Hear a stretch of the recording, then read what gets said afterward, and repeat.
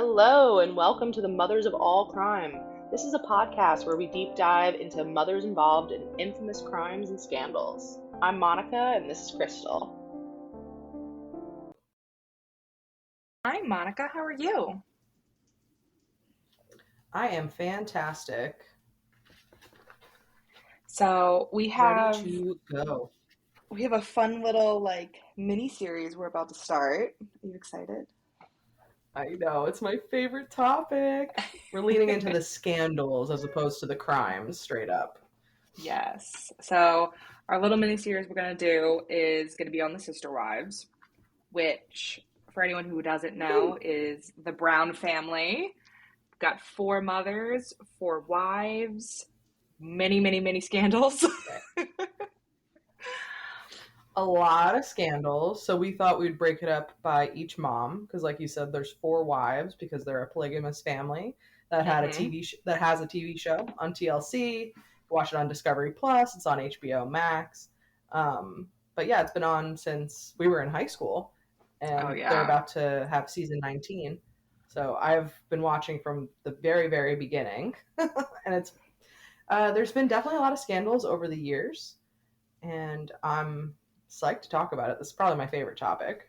It's kind of funny, when it doesn't feel like they've been on TV that long until you say season 19, and then you start thinking, I'm like, oh my God, we really did start watching it in high school. We watched this family develop, and these kids that felt we watched them all young are now they're our age and adults and living their lives. Yeah, it's a weird thing to think about. It premiered in 2010. So it premiered in 2010, so it's been on for 14 years, but they've done more than one season a year a couple of times. Yeah. So, I mean, these people are filming a lot and showing us their lives. I mean, they definitely try to cover things up like any reality family does, but I mean, when you're being filmed almost continuously for over a decade, things come out, things slip, and the audience has kept up. Oh, absolutely. And not everything's on the show. Some stuff you have to be on the internet for. Right, which is funny. These people. I feel like you have so much information. I'm so excited to hear some of it. So what? Well, I just have. Oh yeah. So what mom are we going to start with? We are going to start with Meri Brown, Cody's first wife. Okay. And we might as well go in wife order. Yeah, I think that's smart, because I think then it shows also the progression of how the family develops, but also how their lives and their ventures kind of change. Because I think adding adding wives in actually does change that dynamic, that they ventured into different areas for reasons, because the family's getting big, because you have all these kids now in one house and all that. So I think that's smart. Absolutely. I feel like watching the Sister Wives, when they started, they were very pro-polygamy, and they were trying to show the world that polygamy was a normal family option, and that it's not some terrible fundamentalist cult idea. They're not abusing their children. He's not abusing his wives. That polygamy is a valid lifestyle, essentially, and that it's a religious calling for them. Mm-hmm. So they were coming out publicly as polygamists. So there's that, but then there's also just how reality TV changes a family, how money changes, how access, how internet fame, all of these things, how it changes the family. And they're obviously much different now than they were when they started. But I think that some of that would have happened naturally, and I think some of it was happening because they were so public. Oh, you took the words out of my mouth, because I'm like, every family has their issues, and the Browns are no exception. Mm-hmm. But I do think as the seasons progressed, and their fame and the publicity and the money and all of that kind of came in, some of their personalities kind of started to change, and the dynamics started to change, and the wives coming in, that changed. I don't know if it would have gone down the same. I don't think it would be. I don't know if they'd all still be together, but I definitely don't think it would be going down a burning file of flames right now. But we'll see. We'll talk about it For as we sure. go. I mean, it would be so interesting to be able to see what the Browns would be like now if they had never gotten the TV show, or if they'd only done one special, as it could have been, just to see the differences. But I guess we'll take it from the beginning with Meri, because she also grew up in a polygamous family. She grew up in a fundamentalist family, and her dad had 5 wives, so she has a lot of siblings. And for her, this was very normal, even though they lived in secret.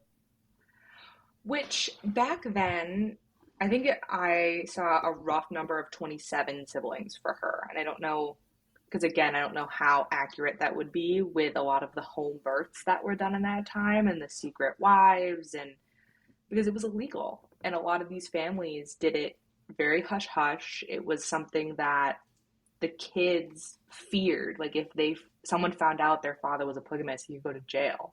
And there was a lot of fear growing up with that, which I can only imagine. Even the Browns kids had that same fear for a while. And Meri, this was normal to her. And it was a religious calling and very fundamental to who she believed she was and what she wanted for her life. So her ending up in a polygamous family isn't weird. Right, for sure. It's expected for her. And several of her siblings also became polygamous, which makes sense because people tend to stay in their religions. And it must be such a contradiction, though, to go to church, to be so involved in this religious community, and then to also know that one of the big things that they preach is illegal and that you can't talk about it in group settings and bigger communities. Like, you have to just pretend that sometimes you have to pretend that that's not your dad, that these are not your brothers and sisters. But at the same time, it's being drilled into your head that this is the right way to live. It just must be very confusing. Right. Well, they support it with it wasn't always like that, because Utah used to allow it. And then when Utah became a state, that's when they outlawed it, because that was kind of like the deal that the country made. Right. So back when you know what, that's actually a super important thing to bring up. You're totally right. And so they kind of look at it like there was a persecution, and they're fighting for the right to, like, the true way of living and the true way to get to heaven. And so it's that, yes, you have to do, you're totally right, keep secret, and it has to be confusing for like the younger generations, but also being taught that, like, you're a pioneer, you're fighting for what's truly right, like everybody else caved and they're going to hell. Like, the righteousness of it, I think, kind of kept it alive. Definitely. I think we've touched on this with another episode, but it is important to note the distinction between Mormons and fundamentalist Mormons, because, like, to your point, everyone started out fundamentalist by that definition, because in the Book of Mormon, it's revealed that you're supposed to have multiple wives to get to certain levels of heaven. And like you said, when Utah wanted to become a state, the church, the regular Mormon church, banned the practice, and all of these fundamentalist splinter groups broke off and started practicing it in secret. And the Browns are a part of, well, I don't know if they still are. I don't know if any of them still are part of it, but they were in the AUB, which is the apostolic United Brethren. So, I mean, it's basically, it's not the FLDS, but it is a fundamentalist Latter-day Saints. So that's also can be a little confusing. And I think the Browns really wanted to separate themselves from Warren Jeffs and all of that. Yeah, the AUB is a much more modernized version. I think it'd be interesting to kind of do an episode where we talk about how it all kind of splits off, because there's so many different sects of Mormon groups that practice polygamy. And the AUB is definitely, they dress much more conservative with not showing a lot of skin. However, they're also very modern. They live in normal homes, they drive cars, they talk to people, they have outside jobs. Like, you would walk by one of them and not necessarily know that they practice polygamy. Versus if you walk by someone who's in the FLDS, you're gonna know. Like, they don't hide it. So right, and I loved when the Brown family would visit other types of polygamists or other polygamists would visit them. I mean, it was kind of weird on the show because they made it seem like it was like what their family did for vacations.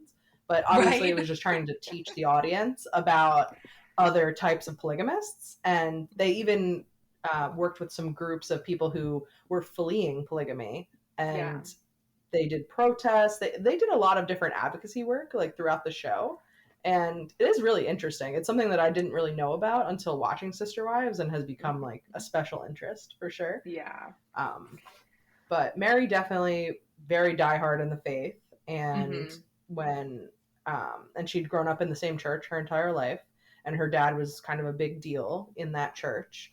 And Cody, her husband, went on a Mormon mission. And then when he came home, his parents had converted to the AUB. And he subsequently also converted to the AUB. And that's when he meets Mary's dad and then Mary. And they get married when she is 19. So young. They only knew each other for like 6 months. I think if that, right? Wasn't it like they met and they were married within 6 months, right? I feel like they were. I think they met. They were met and married in 6 months, and I think they only had like a 2-month engagement. For them, that's what it must be, the normal.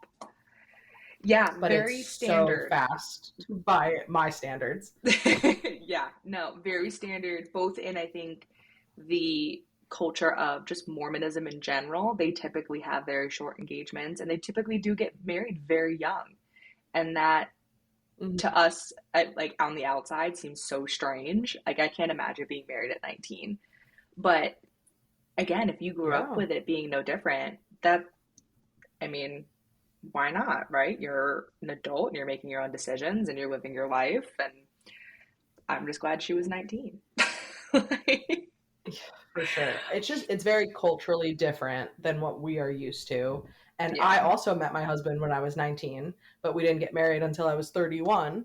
So I think that it's just a little bit of a different way to move through the world for sure. But you also, they're very opposed to having premarital sex, and the courting process is so tight. So I think that when you're young and you're horny, that's just what you do. Yeah. And they got married. And this was 1990 when they got married. And it was. What she said it on one of the episodes, one of their kids was like getting engaged and getting married, that Cody's the only person that Meri had ever kissed. And like only person she'd ever gone on a date with. And it's so interesting where the men are just, they can kind of date whoever they want. They can go out and kiss and do whatever. And the women are very still that old school traditional where you save yourself for marriage and the first kiss should be for your husband. And it's very interesting where he didn't even realize it, because on the episode he's like, what do you mean? She's like, yeah, like what do you mean? Like it was like a weird dynamic that for her that was so normal to say that, and he was like, oh well, that's not my experience.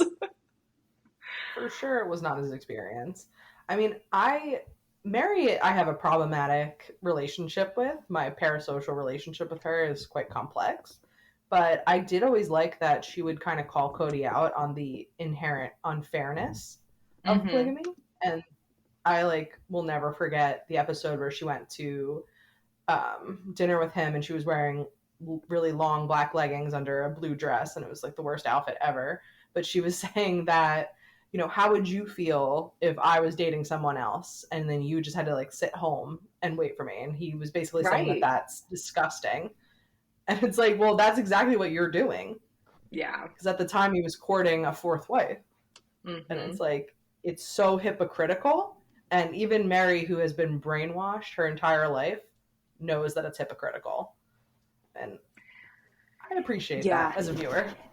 I agree. I have a love-hate. I think sometimes that we came into a point in their lives that there had been so much damage already where for sure she never had a chance with a lot of the audience. I think that even to this day, there's a lot of things that will never come out, nor should they. That's your own personal family business. But I think there's a lot of reasoning for her behaviors and her attitudes that kind of made her into the way we have this complex feeling. Because there were so many times that I'm like, oh my Yeah. God, she's being mean. And then 2 minutes later, I'm like, oh, well, there's why. We're like, because I don't Right. blame her in a lot of, Right. like, I hate to say it, but there's certain circumstances, like, if you're constantly being put down, it's only a matter of time until you become bitter. I think that Meri had a lot of good justifications for anger problems that she displayed early on in the marriage. But they don't really talk about that on the show. I only Right. know that because I read their book, Becoming Sister Wives, years Mm-hmm. ago when that came out. But I reviewed like some recaps online and looked at some things because it's been a very long time since I've read that. And Meri was such a monster to Janelle, to Christine, to Cody. She was very unpleasant and hard to live with, is basically how everyone described her. But I think we should talk about one of the big reasons why that was. And I think that it's really unfair because it was used as a storyline on the show, but it's very probably painful for Meri is her infertility. Mm-hmm. And I There's a think lot of that stemming from so jealousy. it's jealousy, it's unfairness, it's resentment, and I would definitely feel all those things too in her position because she got married. They were married for 3 years, no children, no pregnancies, no pregnancy scares. And then Cody married Janelle and she was almost instantly pregnant. Mm-hmm. So she had to watch her husband have a baby with a sister wife that she is not feeling great about and is well, I'm sure we'll talk about this in Janelle's episode, but Janelle had previously been married to one of Mary's brothers. Mm-hmm. So That's how they this is met. her, Yeah. right, exactly. So this is her former sister-in-law that probably just had some sort of contentious divorce, is now sleeping with your husband and getting pregnant by him, and you're all living in the same house together. Oh, I can't Yeah. believe there was some tension, you know? Like, of course there is. Yeah. Oh, absolutely. And children is such a huge part of this religion where Yeah. you're expected to have as many children as possible, or at least multiple children. And when you're struggling having your first baby, there's, I'm sure, a lot of internal conflict of there's a feeling very responsible, having a lot of, I think any woman has a hard time if that's something you really want and then it's just not coming into fruition. But now you have the religious Mhm. pressure on top of it. And like you said, now there's another baby with another Absolutely. wife. There's so much emotion Mhm. there. I can't even imagine. And of course Right. it's jealousy and bitter and anger, and again, not that it's okay to behave a certain way, but like I can see where it comes from. Absolutely. I mean, if your only value in this religion is, and to Cody, is as a wife and as a mother, if you can't fulfill the second part, then you're not really like a full, you're not going to get the respect and you're not going to get the full accolades and you're not serving this very important purpose, your only purpose on earth. And I think that it's viewed as maybe she doesn't deserve a baby and that's why she's not having one. Mm-hmm. And I mean, scientifically, we know that's not how it works. But I Right. think that in a closed religious community where you're having church education and you're homeschooled, you may feel that way. You may think Yeah. that. Yeah. And it took Yeah. her And 5 years to end up getting pregnant and having a baby, which is a long time when you're consistently trying and over, and you can't have that oh, it's a medical intervention. right. And by that time, so Janelle was pregnant. The second wife was pregnant, and Cody married his third wife while Janelle was still pregnant. So all three of them were already in the family before any of the children were born. Mm-hmm. But Christine, actually, the third wife, got pregnant before Meri. Christine and Mary's pregnancies overlapped. So not only are you finally pregnant after 5 years, you have to share that with one of your sister wives also being pregnant. Christine got pregnant within a month of marrying Cody. Yeah. So it's kind of stealing her sunshine on that. I feel like it should have been a very big deal. And I mean, for Cody, it's his third child. Yeah, It's just less of a big deal at that point. absolutely. And Mm-hmm. so But one thing I got to give Mary credit for is that girl works, and she has this like spirit of wanting to make money. And I think growing up in Mm, that kind of culture probably pushed that a little bit, where she knows that there's going to be multiple wives. She knows there's going to be a lot of children, so there's going to need to be money. And like unlike the FLDS where the women will work like internally, but the AUB, those women can get jobs. The Kingston clan, they go out and get jobs. They support the family just as much, if not more. And Mary has had businesses. She's had her own job outside the home, like for other people. She hmm has like a very, I don't know, an entrepreneurship spirit to her where she's like, all right, we need to, how do we make it work? How do we make it work? And even through all those painful struggles, I think she always had the big picture of our family's going to grow. And now that I've had one, I'm going to have more. So I got to get the ball mm. rolling. Yeah, I mean, definitely Mary, I think, makes the most money of anybody now. Um, but I think back in the day, I think Janelle was actually making the most money in the family. Cody At seemed that like he time, kind of yeah. like floated around, had different sales jobs. He was doing logging. He was always moving around and moving from this state to that state. And like Mary would just have to quit her job and move with him because at the time, Cody was in charge of everything in such a strict sense. And Mm-hmm. I think that's definitely also shifted over the years. Yeah. But I think that Mary is like a very independent person in a lot of ways. She probably had to become very independent just because of like how things worked out for her, but she is kind of I mean, she's kind of killing it now Oh, financially. yeah. But you're right. And I It think was that made she very clear Janelle was the breadwinner for that household, which mhm, is got to be a mhm, weird thing. The second wife comes in, makes all the money, and now has some say.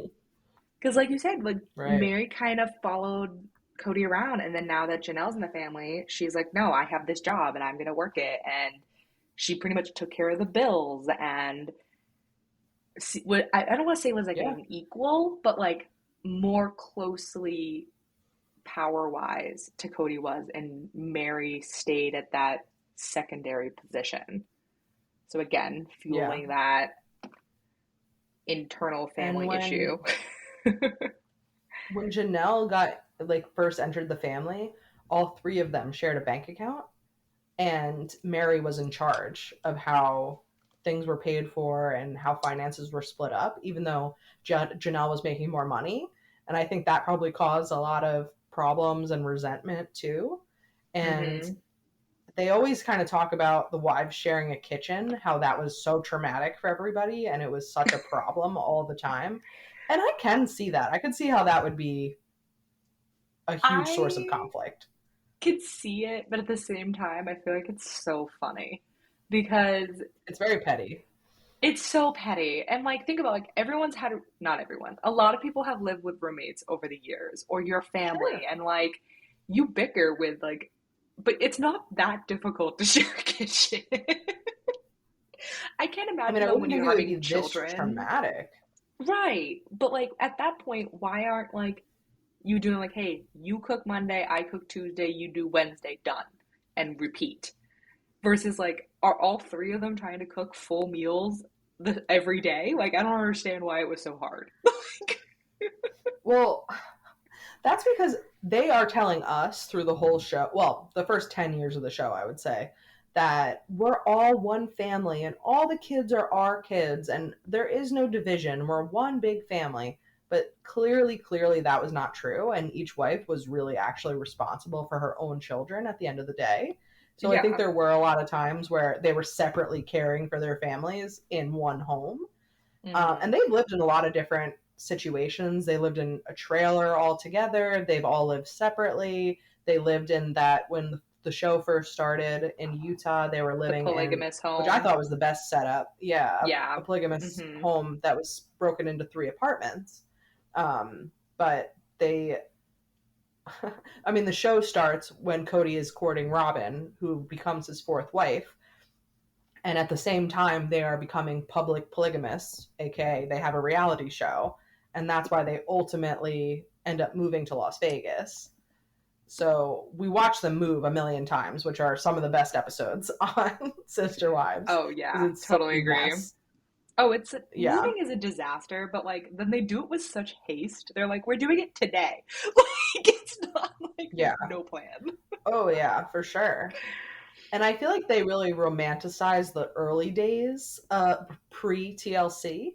But there are some things that have come to light from the adult children, at least, like in the last couple of years, alleging some things against Meri, which I wanted to bring up because I feel like it kind of helps us see how everyone else views Meri and the family. So the first thing I remember happening, which I actually can pull up, is, I don't know if you ever saw these, but Maddie Brown, Janelle Brown's oldest daughter, who is now Maddie Brush. She's married. She lives in a different state, but she was working for Meri in one of her multi-level marketing schemes, which we'll definitely talk about.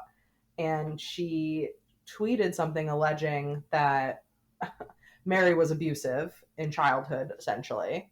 And then Peyton Brown, who's Christine Brown's son, also said that Meri was abusive when they were kids, and then it went way beyond verbal abuse. He did an interview like last year that I watched, and he said that she would pick some of the kids and abuse them.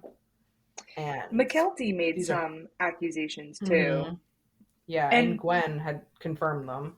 But let's also look at the theme here. These are all Christine's kids too, which I think is Maddie. Interesting. And Maddie. But I feel like the majority of them making these claims are all Christine's kids. So my question then goes, okay, so maybe she narrowed in with her conflict with Christine, and that's why like those kids got the brunt of it. Right. I think so.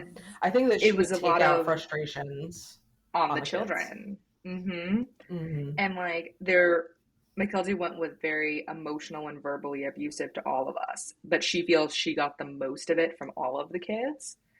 And she did the whole interview, but she also works for the same MLM as Meri. So she was very tactful. She's in Meri's downline. Very tactful of how she kind of like approached the interview. But she does have that protection of she is still a public figure. So like there's only so much Meri could do as like a backlash if any of it does come true. But it's hard where if you have multiple siblings saying the same thing, you got a question of like how much they can't all be wrong, right? Like definitely. I think that Meri, I mean, it shows in the relationships she has with Janelle and Christine now. They don't have anything to do with her. They don't want to have anything to do with her. And Janelle and Christine have remained close to each other. And I think that looking at the old episodes of the show, it's kind of clear that Meri brought Robin in as her friend. She wasn't getting along with anybody in the family. That's at least how it read to me. And I think that that was one of the things that helped them get the show, but it also really caused further issues with Janelle and Christine because she met Robin with Cody and then didn't involve the other wives in the courtship at all until it was very serious. So it was like her special little thing, and Robin was her special little friend. Yeah, which, turned out lovely. For sure. I know. But let's talk about her different business ventures because Meri's had a lot over the years. So we have the family as a whole. I think the really first big one that was on the show was Sister Wives Closet. And I think it was like pioneered a lot by Robin, but Meri was very on board with a lot of it and did a lot of work for it compared to some of the other moms. But I think that's also because she only had one child which I don't think we mentioned. She had her one daughter, who is now known as Leon. Right. And then that was it. Never had any other children because she just wasn't able to. Which, Right. again, She did have one miscarriage, which is very sad. yeah. But then, all right, so you realize that's not going to happen for you, and you have to put your effort into something else, which I think is where all of her business drive comes from.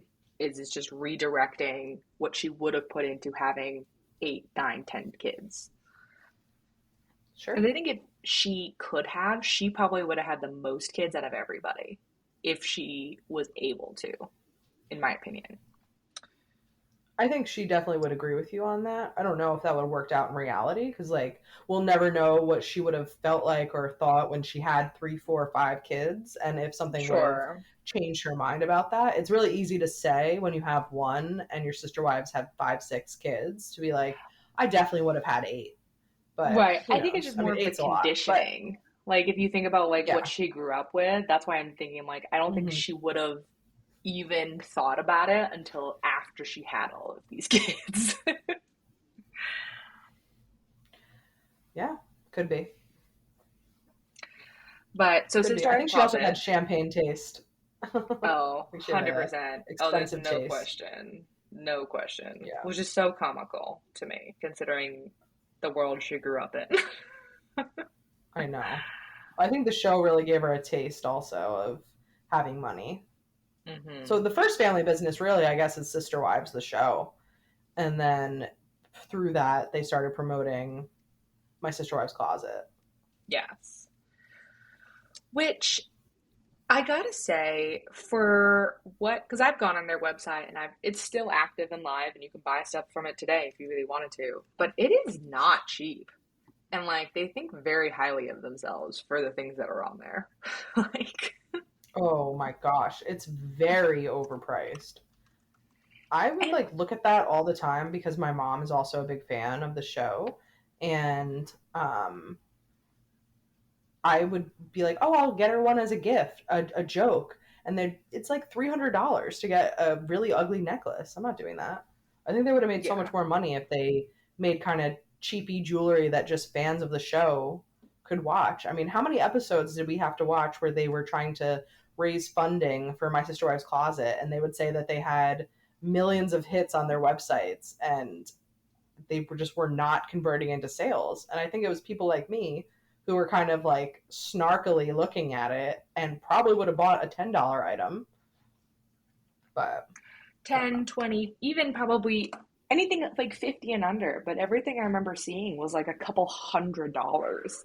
And there were so many times I think Cody thinks that the simple fact that they're on TV, people are willing to spend this crazy money for their stuff. When the reality is, like, yeah, people enjoy watching you, but it's not because they want to be you. It's because they think it's interesting.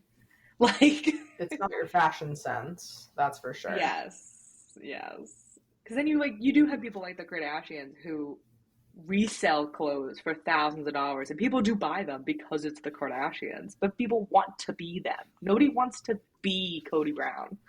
Like, for sure. That's definitely true, especially now. Yeah.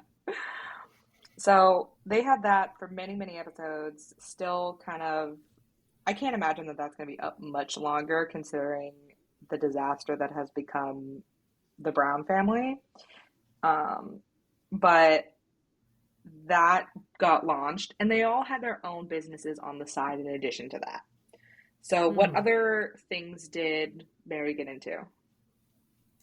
Well, I know that she bought Lizzie's Heritage Inn and runs that as Airbnb, which I believe was her grandmother's house. Which we have to go to. We have to. Her great-grandmother's house? Oh, I would love to go. It's, and unlike Sister Wives Closet, that's actually pretty reasonable, I would say. Yeah, I feel like there's probably a lot of overhead, but I don't think she loses money on that. No, and I think it's reasonable. Like, I think it's like $300 a night or something like that. Hold on, I'm gonna double check. It's in Utah. A little overpriced. Heroin, Utah. But I think if you think about, like, it's a big ski area. People go there for like a long weekend. I remember growing up that like my friends would spend a couple $100 to go skiing for a weekend. Like I don't know. Totally. I Yeah, think a bed and absolutely. breakfast, you get breakfast involved. Like I don't know. And she has retreats that she runs for fans or whatever called real life retreats that she will have people come and spend way more money to stay there with her and do activities because Mary's a very like inspirational person, I guess. And I think she started a new business too. I was looking online, like started in the last couple of weeks called Worthy Up, Yes, yes. which That was post is divorce. right. Yes, but I don't know what that actually is. I couldn't really figure Oh, out. I It's got not you. selling anything. Okay. Oh, it is. I got you. But I feel like we got to talk about the divorce first before we talk about her new venture post Yeah. divorce. I feel like we are skipping a couple things because it's so hard because it's so many years of watching these people and being obsessed with them, and a lot has happened. But so much of the Yeah. show is like watching paint dry, like nothing happens, and then it's like a cumulative effect where you Yeah. see things. Because I feel Well, like, there's a lot of overlap. She has a lot of things yeah. going on at once too, which so it's hard Hmm. to determine like when things start and like when is her Right. priority and or is it just maintaining it? Like the MLM that we've been hinting about is LuLaRoe, Hmm. which is like a legging company, which when Right. it started out, I don't know if you heard about it at all, but that was really big. Like I had friends that Oh, had yeah. LuLaRoe and they were not the cheapest thing in the world, but it was people would come to your house, here's the leggings, they had Facebook shops that like people wanted these and it was a hot item. And Mary got in 2016 where like Right. it Ground was floor. early on. So she has a huge downline, including a lot of the Brown family, Hmm. and makes a very good income from that because, like all LMs, the more people below you who do a good job, the more money you make. For sure. And like really the only people it makes sense, I think, to start doing MLMs are people that have huge followings already. And in 2016, you couldn't monetize social media, but Mary didn't have to. Mary had people coming to look at everything she did online already because of the show. Mary was famous. And people would spend money to be in her downline just to talk to her, which sounds crazy, Yeah, but it did happen a lot. And I think that she used her celebrity, for lack of a better word, to get a huge downline. And like you said, she makes a very lot of money for that. And she's still doing it, even though yeah. LuLaRoe itself has been through a lot of scandals and problems. Oh, yeah. Well, it's also interesting where she never openly on the show said LuLaRoe, but she very tactfully would like have the leggings in the background, like out on display, and say her clothing business. And like she hinted a lot to it. So all people needed to do was just kind of be like, what clothing line does Mary Brown sell? And it's like the first thing that pops up. So Hmm. she was very tactful, very tactful. Right, right. I don't think she could directly promote it. Like, I don't think TLC Yeah, wanted her to directly promote it, but I feel like it was an open secret. yeah, absolutely.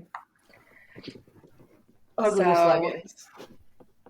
it was so fun. They were so fun though, and I think that was in the time Hmm. when like leggings were coming up.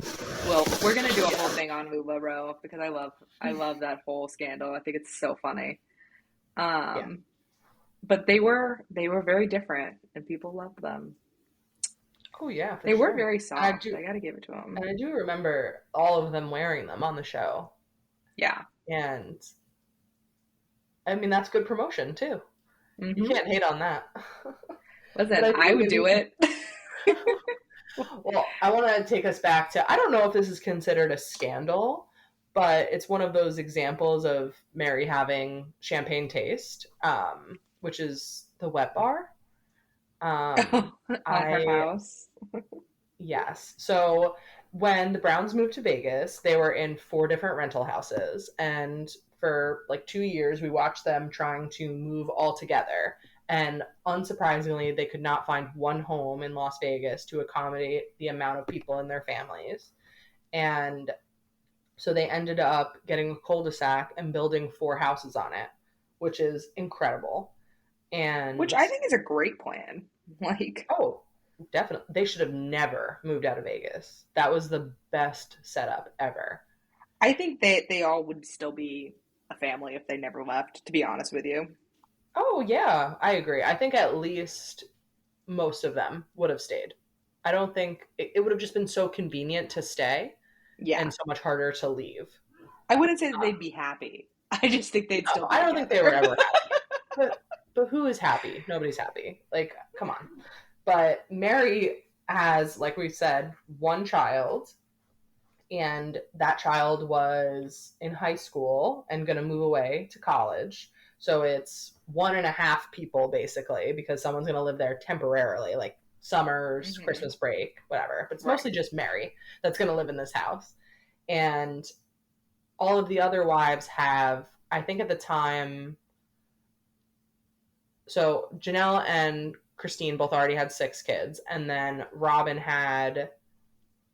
she had 3 that she came into the marriage with. And then at the time they moved into the Vegas house, was she pregnant with Solomon? Or did she already have Solomon? Not yet. Okay. Not yet. I think they were like, no, yeah, they were discussing on like when they were going to decide to have their next baby. Okay. So she was pregnant with him in that house, right? Yeah. Well, she gave birth to him in that house for sure. Yeah. Yeah. So regardless, they knew Robin was going to have more kids. Janelle and Christine already had a lot of kids. So they were trying to get a lot of bedrooms for those homes. And Meri did a walkthrough and saw a model house with a wet bar and just had to have it. Had to have it. I need the wet bar. I need the wet bar. And I will never forget them telling her that to get the wet bar, you need to add a 5th bedroom and a hobby room. And which also makes no sense to me. Like, why do I need a whole other bedroom? And Meri's house costs more than all of the other wives' houses, which is wild. It's wild. She had so many upgrades done. Not only the upgrade, she always demanded to have a similar size house. And it was always, well, just because, what if I want to host everybody? What if someone comes over to see, like, which I can understand, like, you don't want to have less than everybody else because you want to feel equal to all the other wives. But, like, I wouldn't want to clean that. I'd be like, listen, I don't have to have this massive ass house. I don't want one. Like, well, for sure. But I don't think she even didn't use a lot of those rooms ever. Right. So she probably wasn't really cleaning them. I think also Meri's very clean compared to the other sister wives anyway. But their family was bizarre the way they divided finances because they would divide it by wives and not by person, which is obviously the better way to do it because it's inherently unfair. Let's say you have 4 wives and you're not splitting the budget equally. It sounds very unfair. And it's like, should Meri be punished for having less children? No, but that's a terrible way to look at it because the children are individual people as well that need financial support. So instead of breaking it down by wife, I would do it by people. And yeah, because it's not like any of those. It's just not. She doesn't need as much, right? And none of those moms were like particularly like selfish. I feel when it came to their children, I think every single one of them did prioritize their children. So it wouldn't be like this one wife got more money, so all of a sudden she would live this lifestyle and her kids would suffer. I generally do believe that, for example, if Janelle got a little bit more money, that money would go directly to her children. It wouldn't be like, well, now I get to buy this fancy new car. It would be like, cool, so-and-so is going to get this then. Like, you know what I mean? I don't think it would have been mishandled if they did do it that way. But that's more complicated. Right. Every time there's a new baby, you have to redo your finances. Like, that's exhausting. Well, for them it is because they have too many kids. Yeah. Right. But family finances are very interesting, and they're always kind of hush hush about them. But it's always been bizarre to me how they've split things up. And it also is bizarre to me that you're all one family and you're living on one cul-de-sac, and Meri has empty bedrooms in her house and kids are sharing bedrooms in Christine and Janelle's houses. Like, that to me proves that you are not these kids' mom, because they would just live with you. Mm-hmm. Like, you're all in the same cul-de-sac.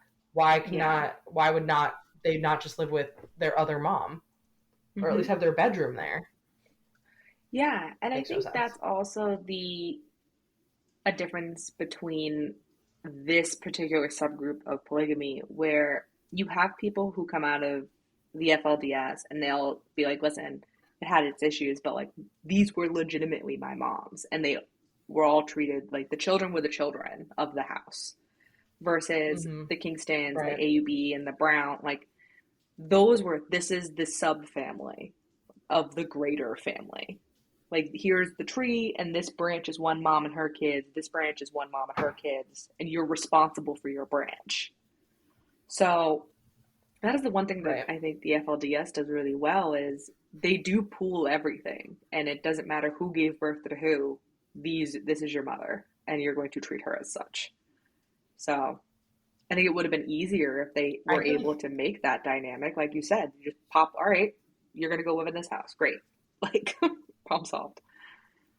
Yeah. I mean, you can still come over every day for dinner, and I'm still, like, we're all one family. So we should be able to use all of these homes independently. I mean, all together. But Meri doesn't share. Meri's not good at sharing.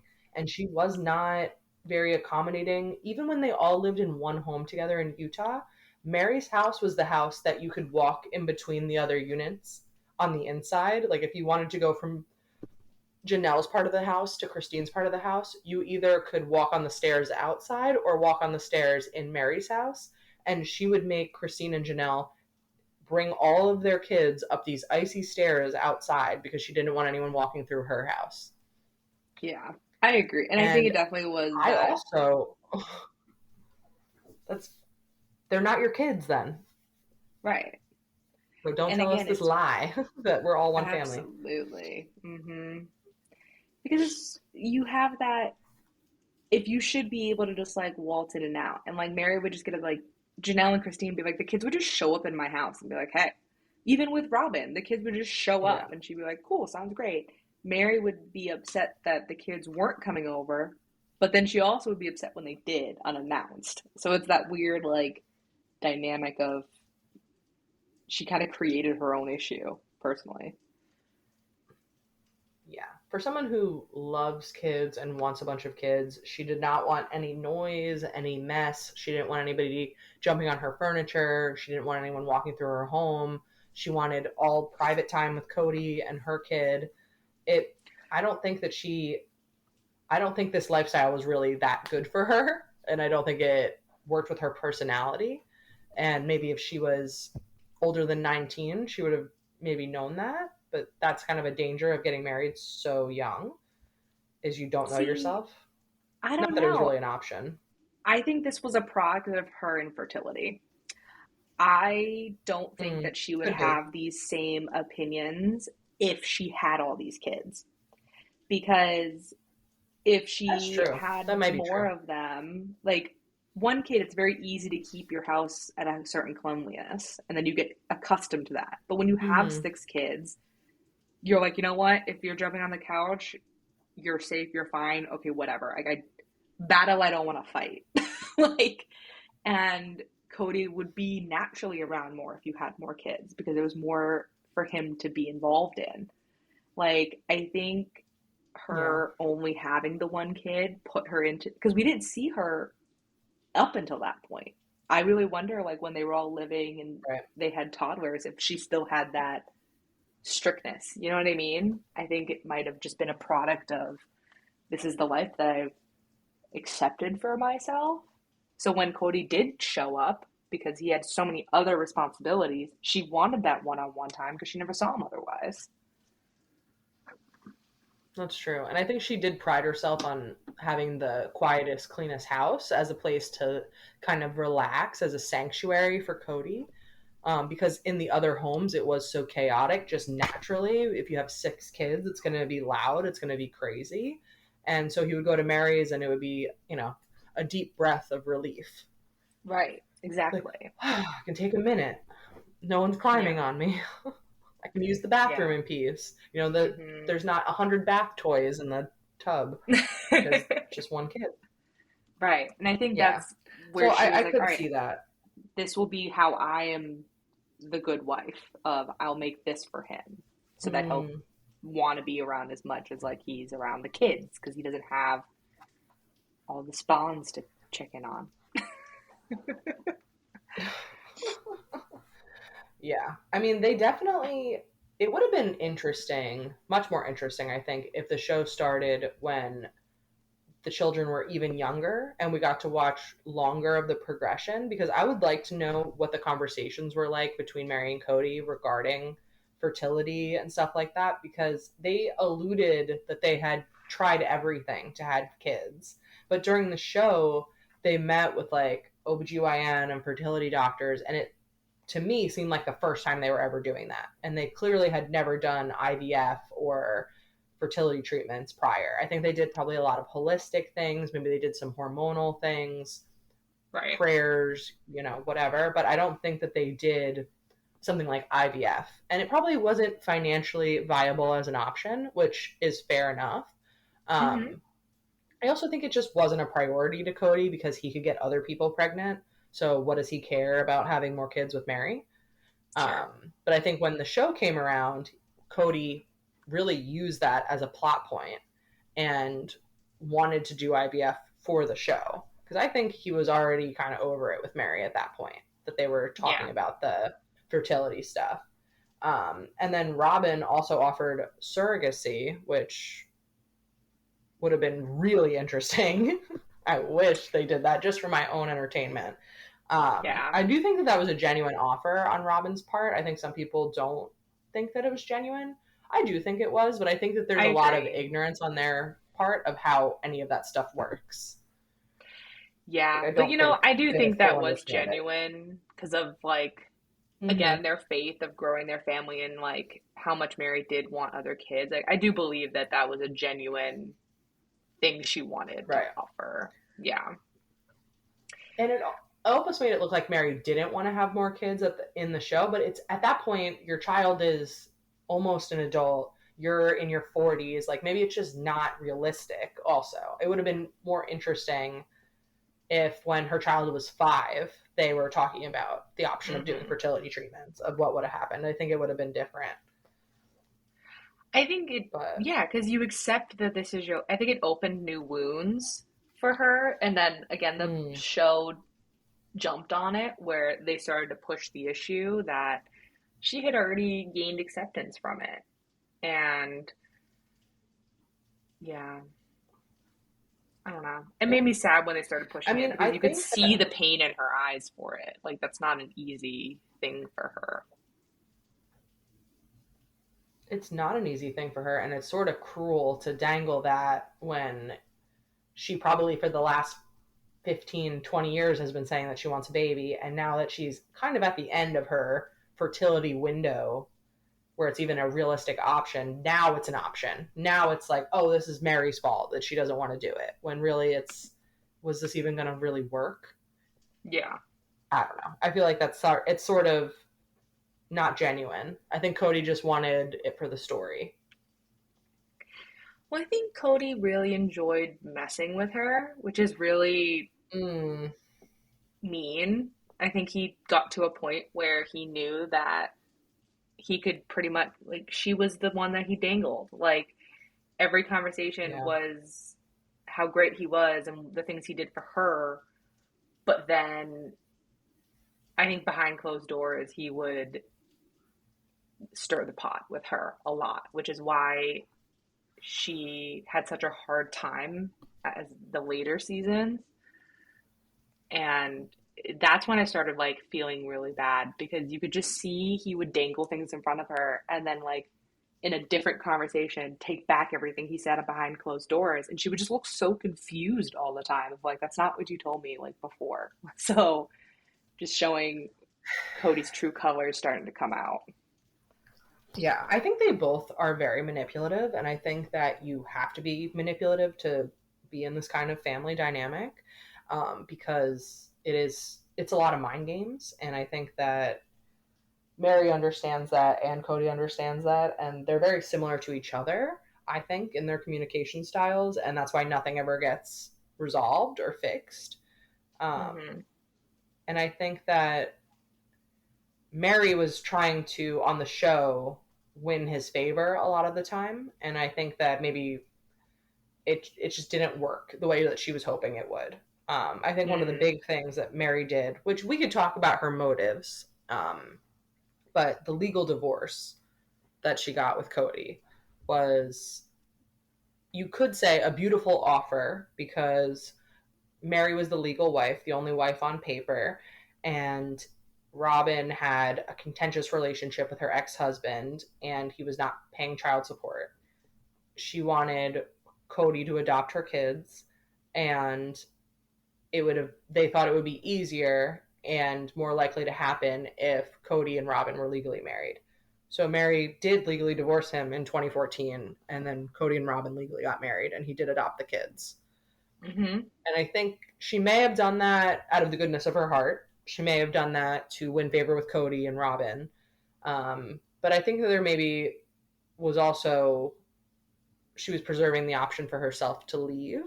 I don't think things were good between Cody and Meri. I don't think that they were good at a lot of points in their relationship, because in the book, anyway, Meri references over and over that her and Cody were in such a bad place when they met Robin. And I feel like she was always trying to do like a dramatic gesture to like win him back. And I think she thought, if I legally divorce him, he'll know that I'm super committed to this, but also if I want to leave, it'll be easier. I think that was subconscious, but I totally agree with you. I don't know if in the time she realized that, but I think as their relationship went further and further down, I absolutely agree. Mm-hmm. Because there is one big kind of scandal we haven't talked about yet. That the biggest one of them all. Yes, that kind of is related to all of that. Right. Absolutely. And so like I just said, the legal divorce was in 2014, and this scandal really began in 2015. So it's pretty close in the timeline. Meri Brown started an online relationship with someone who claimed to be named Samuel Jacob Cooper, and they had a online affair for 6 months. And that really, to me, was the most eventful thing, and the downfall, the beginning of the end for this family. I think that it's pretty wild how much of an impact this situation still has to this day. But it was not a real person. It was a catfish. It was a woman named Jackie Overton pretending to be a super hot guy that Meri was having a very tumultuous affair with. Mm-hmm. And Meri eventually realized that it was a catfish, and the world also realized that, and it became a very public, embarrassing thing, and she had to tell everybody. And on the show, it's very strange how they talk about it initially, but obviously the internet does what the internet does, and people have found a lot of things, and this was not a first time that Jackie Overton was catfishing someone. This was a thing that she did all the time and is still doing to this day. I found her Twitter, and she's still scamming people as Samuel Cooper. Everything's about, we're donating money to teachers, and it's like, send me your Cash App and I'll donate money to you. And it's such a scam. There are petitions online to stop this person from having a Twitter, to stop them from, the blog is gone. Couldn't find the blog, but this catfish ended up writing 2 books as the catfish about the affair, which I read one of them, and it is almost unreadable. The grammar is so bad. The plot lines make no sense. It's contradicting itself the whole time. And it's also, there's a lot of stories about all the crazy sex that Sam and Meri were having. But obviously, we know that's not true because Sam is not a real person. So it's kind of hard to know what to believe coming from Sam. Mm-hmm. But luckily, she had saved a lot of text messages and voicemails to at least authenticate some of it. And we know that Meri did meet Jackie in real life. They went to Disneyland together. And Meri also thought that this person was stalking her and tracking her and had tapped her phones and was following her around. And she did seem really genuinely scared and distressed a lot of the time. Yeah. But even to this day, she does not admit that she was having an affair. She just says it's a catfish. But yeah, which I think is her way of protecting herself too. Totally. But you're right, because what pushed her to even go down that road was originally, in my opinion, the divorce. Because the minute that she got divorced legally, that was kind of that shift in the family where, looking back at the seasons, you see Cody really starting to mainly focus on Robin. That was that shift. And I think it was always kind of there, but after that, they legally became married. That was when he was so focused on that one branch, and the other three started getting pushed aside. And it was very easy, Meri of all of the wives, to push her even further to the end, because she only had the one child who was a teenager and didn't need as much attention. She didn't demand a lot of time from him, and she was alone a lot of the time. And then it was, well, now I got to focus more on Robin than everybody else because we're going to get married and adopt the kids, and we have to fight her horrible ex-husband, who I have a lot of opinions on that relationship, which we'll talk about in the Robin episode. Yeah, for sure. I don't think he's a good guy, but I don't think he's as bad as they projected him to be. Like, because it doesn't help his story of how amazing he is. And I think this gave Meri, where she was feeling very insecure already, because that was her biggest hold to the family, was being the legal wife and the first wife, and it was a big part of her identity. They'd been married for a really long time. Yeah. So this pushed her into a really years. dark place. Yeah. And that gave this catfish the opportunity to slide in. And I thought it was someone specifically targeting Meri, and I do think she was targeted, but I think it made me feel better after the fact that this woman, essentially, had been doing this to so many people before, after. Like, Meri just got caught in the web. And I think that divorce just pushed her to look for care and love and support somewhere else. Not that it's an excuse to have an affair, but... No, but it really shows how vulnerable she was, that she could be taken in by this person who she could never even meet in person. To have such a lengthy online affair with someone that you've never met.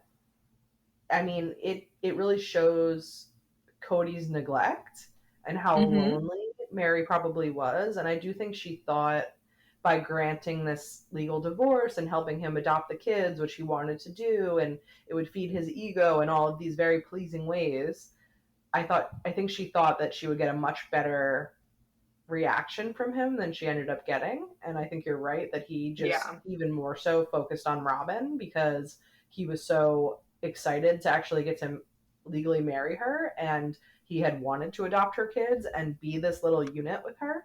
And so I think Meri gave him exactly what he wanted, and he ran with it, but not towards her. So I think it kind of blew up in her face, and then she's vulnerable, and this predator finds her online and is gassing her up, telling her everything Cody is not. And it started to feel like a real viable option for her to leave the family. Yeah. So. And it Mm-hmm. makes me really sad where like it starts to get to a point that she feels this love and support for someone that she's never met. Like, how hard and how alone do you have to feel to have this complete stranger online that you've never met give you more care, love, and support? Well, she later testifies of like how scary they were and controlling and manipulative of her, that like you're that vulnerable that within 6 months this individual had so much control over you that you were getting up from dinners to answer phone calls or like prioritizing them, and like it's it's kind of sad that that's how neglected she felt in the circumstance. It, absolutely. It's very sad to picture Mary alone in her gigantic house with her whole family in the three houses next to her, just fighting with this crazy lady on the internet. And it's so sad, but it shows her complete separation from everyone else. Yeah. And the catfishing even further isolated her because not only did everyone kind of not like her already, or at least Janelle and Christine and Cody seem to not really like her already, but now they can't trust her. Right. And they're like, oh, you're an idiot too. And it's so embarrassing. And I think initially Mary really downplayed what was going on, making it like, oh, I was having an online flirtation with someone who turned out to not be a real person. But as the catfish was releasing more and more information, I mean, Cody's getting bombarded online with this information. And it destroyed his ego in a way that I don't think he'll ever come back from. And I think that it's contributed a lot towards the angry, bitter man that we see now. I think he felt very, very betrayed because he views his wives as possessions. I think he felt more embarrassed. Definitely embarrassed. Yeah, it wasn't that like she did anything necessarily. It's like what happened to him.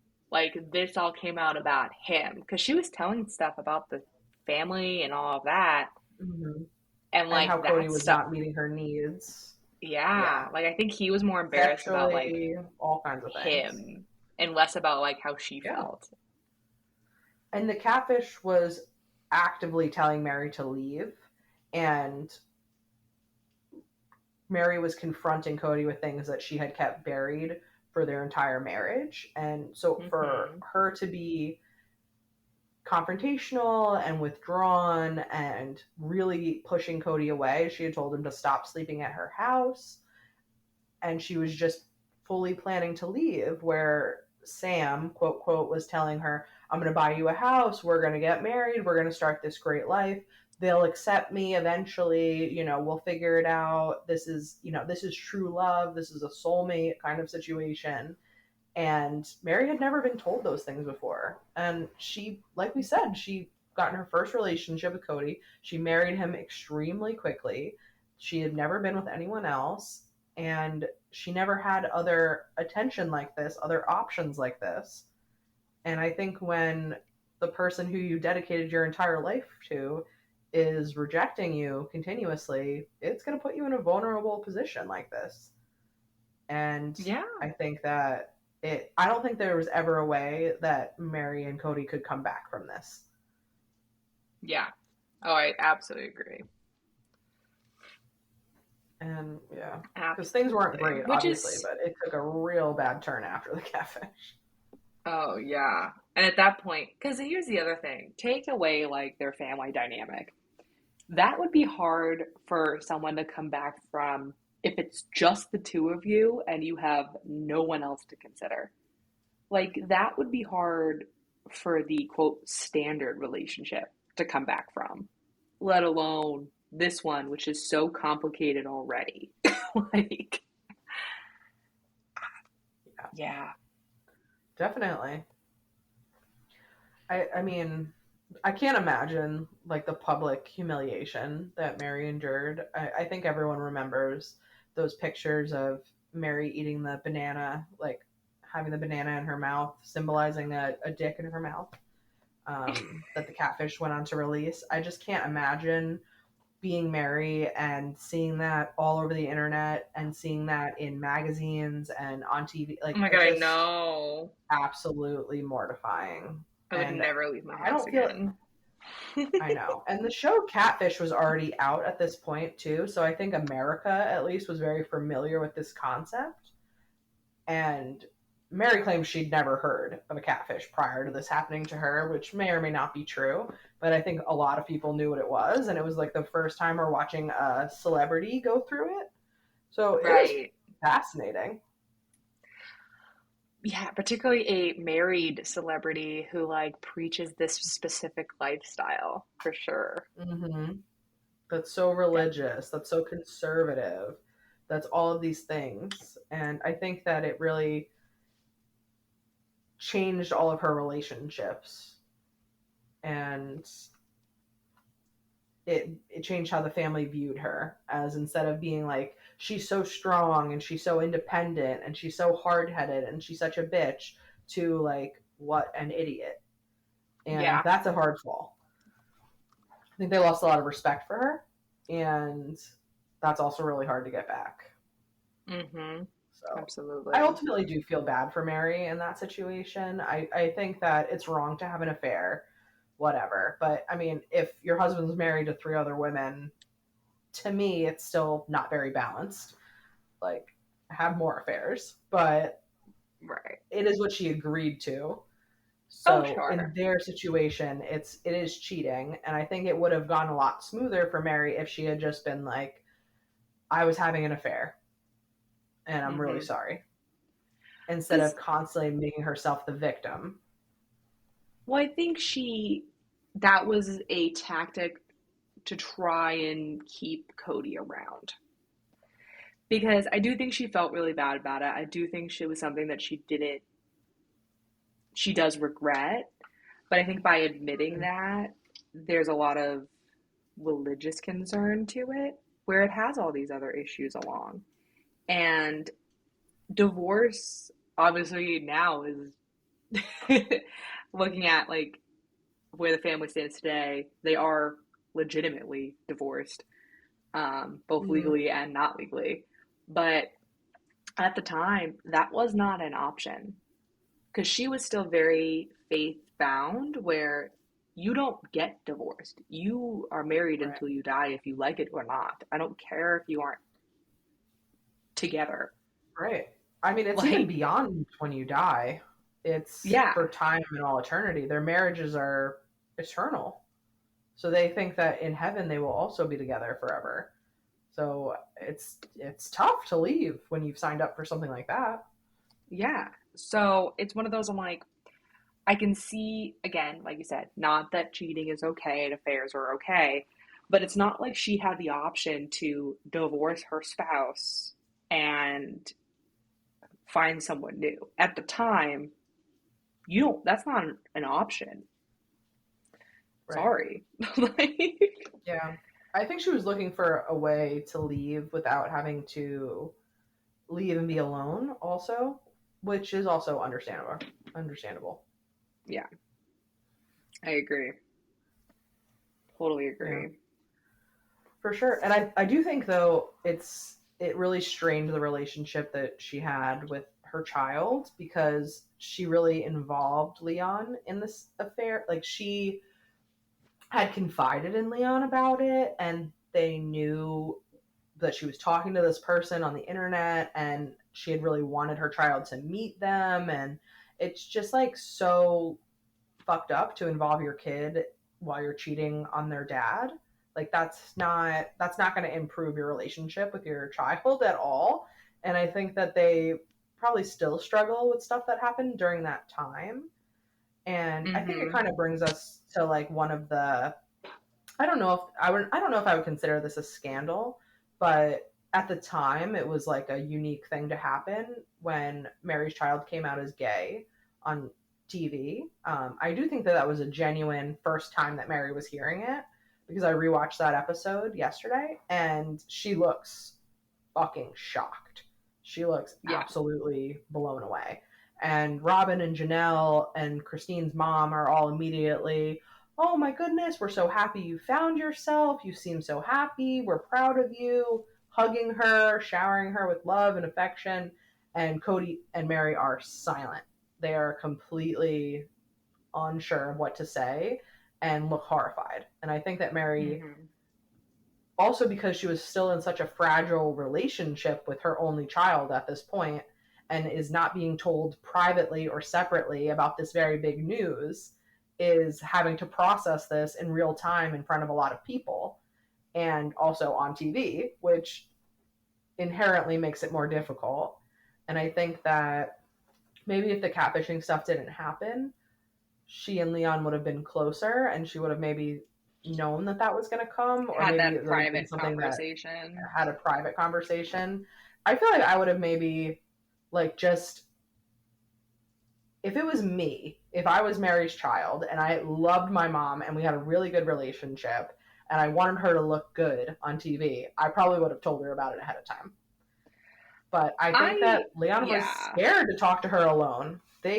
Meri is scary. Well, I also think a lot of it had to do that is a very sensitive thing and a very powerful thing to come out to your family. And she also Meri was very strong in the church still. And I think the other moms at that time were starting to pull away. They didn't say any of that on TV, but now looking back on it, I can see a little bit of a pull where they start being a little bit more lenient with things that they weren't before. And more like liberal. Christine is flat out says she's not part of the church. Janelle has stepped away a little bit. Robin, I think has friends that were gay that like made it more comfortable, that like she was familiar. But Meri, very, very strong in her faith, which is not super accepting to the LGBTQ. Like, they aren't people that's not a thing that you're allowed to do. So I think it was just more of, for Leon at that time, of how is the best way to make this a safe environment for myself. And I think that was just the easiest, versus when Meri, and she even says it, she regrets that was what happened, but like, she was not okay with it at the beginning. I think she's come to with it now and loves her child more than anything. But I think that was really, really hard for her. And I think Meri was really villainized for her reaction, and I didn't love her reaction. And especially watching her reaction in 2024, it was not a good reaction, flat out. But it's not like she said anything horrible, and she certainly never said anything hateful or mean. She just was shocked and not pleased, but also trying, even almost right away, the next day, is trying to be supportive, trying to understand. And I think in later seasons, and certainly now, we can see that Meri has really tried to understand and meet them where they are and be more open-minded. And those are really good things. And sometimes you need someone in your life to push you to grow. But I think it kind of just, it puts a reflection on their relationship, because I'm sure Leon knew that their mom would not have a great reaction, and it probably would have been better to prepare her for that. But you can see that she did not, and I think it just shows that they were not in a good spot. Yeah. Because it was only like a year later that happened. And I think that Meri felt embarrassed too. Like, it was somehow a failing on her part that she had raised, like, at the time, the only gay kid in the family. But, I mean, but again, I think it's now. A lot of, but I think it's a lot of the religion aspect. She was raised a certain way, and she's fighting 40-something years of conditioning, and I think she did the best that she could in the time. And I think I give her a lot of credit. Her child a lot. Oh yeah, and that's where I'm like, I give her a lot of credit. Where like you said, the next day she was like, okay, how do I fix our relationship, but also like teach me, let me like through the seasons, you see her asking questions, going to rallies, getting involved. Like, she's when they got a girlfriend and like she's like, oh my God, this is great. Like she was very supportive to the best of her ability and like was kind of rolling with it as she could. Because that's a lot, that's really hard to like all of a sudden in your entire life be told this is terrible. And she's like, no, I'm not going to get rid of my kid. Like, this is still my kid and I love them. So I do give her credit because there are a lot of people out there that circumstance would happen and their response would be, you're no longer my child. So I give her a lot of credit for fighting and learning. And I think that's what all parents should do if it's something that you're not comfortable with, but like is your reality. I'm really proud of her, honestly, for like making all those efforts and not just being like, nope, doesn't align with my life. So I'm glad she did that. I'm glad too. I do think it shows like some personal growth, and I think that it's great that the family ultimately was very supportive of Leon. And I wish it was a better reaction at the time, but I don't think it was horrible. But I do think it was a big moment in Sister Wives as well. And one of the first times that I'd seen someone come out publicly on TV. So for a show that nothing happens, I mean, I feel like a lot of stuff actually really did happen. That was kind of groundbreaking. And if you watch anyone long enough, some stuff's going to happen. But having that many kids, there was only a matter of time until one of them came out. Oh, for sure. I mean, they have 18, so I'm sure Gwen has come out in later years, and she's now married to a woman. And I'm sure there's other ones too. It's not really. It was not the same kind of thing on the show, though. Yeah, that was definitely done like privately. But again, I think it was just kind of casually mentioned. Yeah, it was definitely just the timing of when that was happening in her life. Like, yeah, totally. But I think so. It's also just less of a big deal now. Right. Yeah, absolutely. And like, I think too with the show was like, that was nothing else was really happening in the family at the time. So it was like a good, woohoo, here's a new plot line. Versus now, if it happened, they'd be like, there's so many other things happening. Like, that's great. I'm happy for you. But like. For sure. I mean, the actual divorce with Meri and Cody was so anticlimactic that it's almost like, I don't even know how much we need to talk about that, but I guess that's like the last like scandal or whatever is in 2023. They've officially announced that they're separated, but we watched them separating for 8-9 years prior to that. Yeah. I mean, they were not a couple. It basically was I don't know why she moved to Flagstaff. Because I think it was the conditioning, this is just the life that she lived, the acceptance, and I think she didn't have the belief in herself that she could do it until she watched her other sister wives leaving. And then it got to a point where she just, there was no point to it anymore. And I think she was just done fighting and like finally got the courage to be like, you know what, I can do this. Like, she makes good money. She had been doing it on her own long enough. She has her child and their partner, and she has these supports outside of the world where she's like, you know what, I think I can do this. And I think it's just, what's the difference? Yeah. And then also, like, when Cody told her she could live in a barn dominium, I think was really her, like, last straw. Absolutely. I think that it was just a long, slow, painful, ultimately ending and separate. Like, it was beating a dead horse because Cody was saying for years, I don't feel like I'm even married to Meri. And he just kind of decided that they were done. And she eventually had to say something, but he was already not treating her like a wife for a decade at that point. Yeah. Even in Vegas, he was not. This is where I feel a good husband. Yeah, no, you're totally right. But I also think it was one of those, what he was saying behind closed doors to her that never got aired.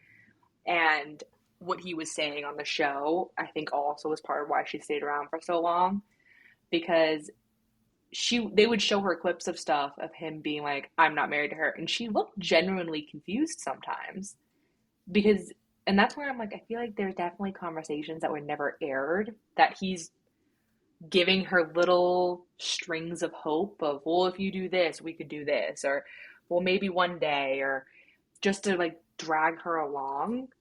I think partially for the finances, because Meri contributed a lot of money to the family.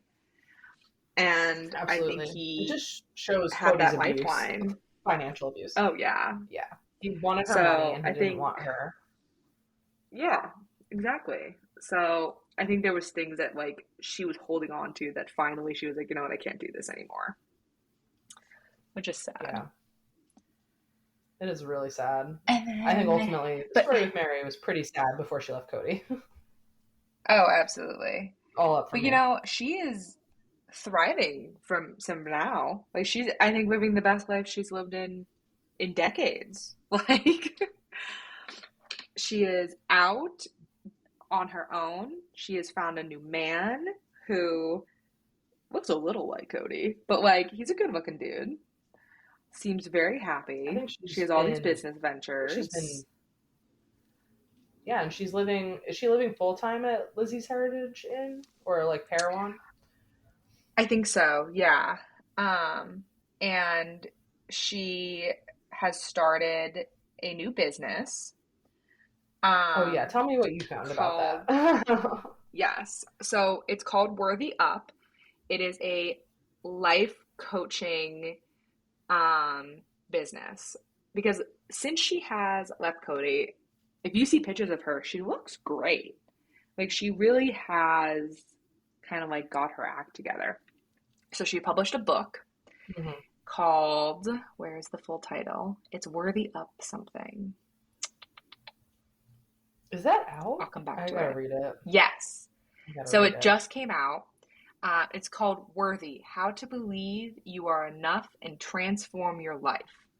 It has been named a New York bestseller. This is what she credits her plan to. This was someone else wrote the book, but she references it a lot and named her company after it. Yes.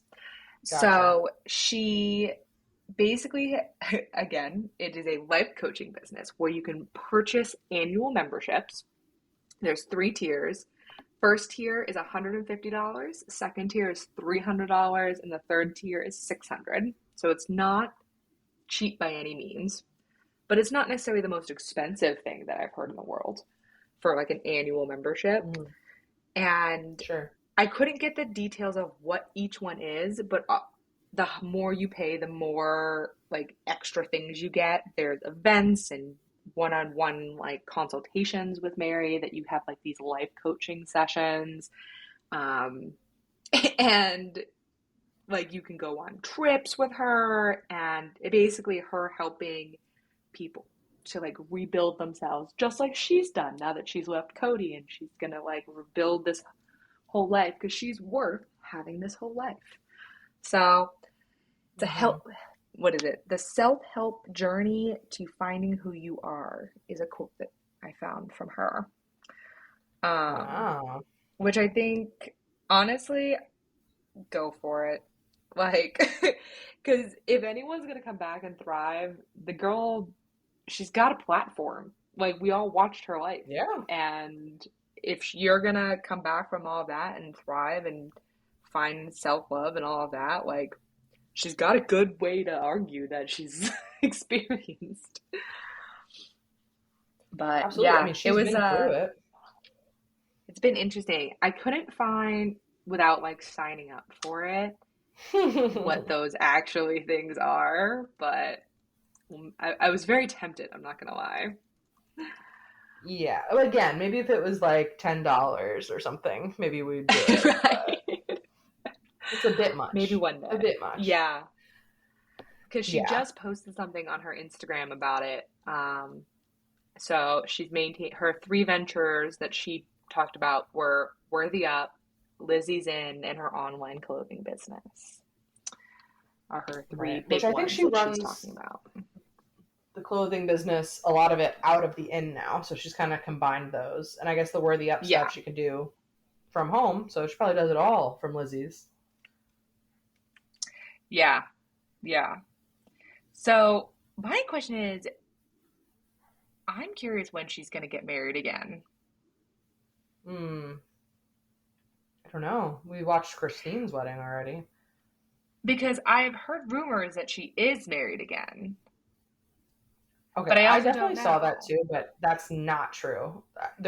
I She posted know. something. There was like 4 different posts of her getting married to different guys, and I don't think Yeah. she's married to any of them. I think she's just. Oh, I think it's no. just like. I don't think she is, but like it's sneakishly convenient that like I feel like it's coming then. Because if like with Christine, there were hints and rumors about her getting married before she actually was. Like I wonder if there's talk or plans with her current man, and that's why those rumors are Maybe. starting to come out. I wonder if she'll get a wedding special if she gets remarried. I don't know. I think it's going to be very different than Christine's. Yeah, the new dynamic of the show is interesting. But I think with Christine too, like that was such a huge deal for her that I think with Meri, if she were to get married, I can't see her making a huge deal about it. I think it would be one of those things that it would just be like, oh yeah, I'm married. Like, Well, I don't think 'cause all the she's, kids would go to that. oh, I don't think so either. But I don't know if she would even. I feel like she's become more and more private. Like, even as the seasons went on, we heard less and less about her life. And A, just because there wasn't probably a lot going on, but I think she also just wanted to step back. That I wonder if she would even want the special. I feel like she'd be one of those people that would just go off, get married, and then post a picture and be like, hey, look. I mean, it'll be definitely interesting to see what happens from here on out with Meri. And I am going to watch season 19, although I am nervous to watch it. Yeah. I just feel like, yeah. I mean, we'll get into that in a future part of the series, but yeah, but maybe the next one. But I love Sister Wives, and I love having any time to talk about it. And it gives me an excuse to rewatch episodes that my husband screams and says I've already watched a million times. I don't know what that has to do with anything. It used to be my comfort show that I would fall asleep to. So I've definitely watched a lot of these episodes many, many times. I've not been recently falling asleep to it, but maybe I'm going to start because it's soothing. Yeah. The episodes themselves are pretty boring, but it's the overall.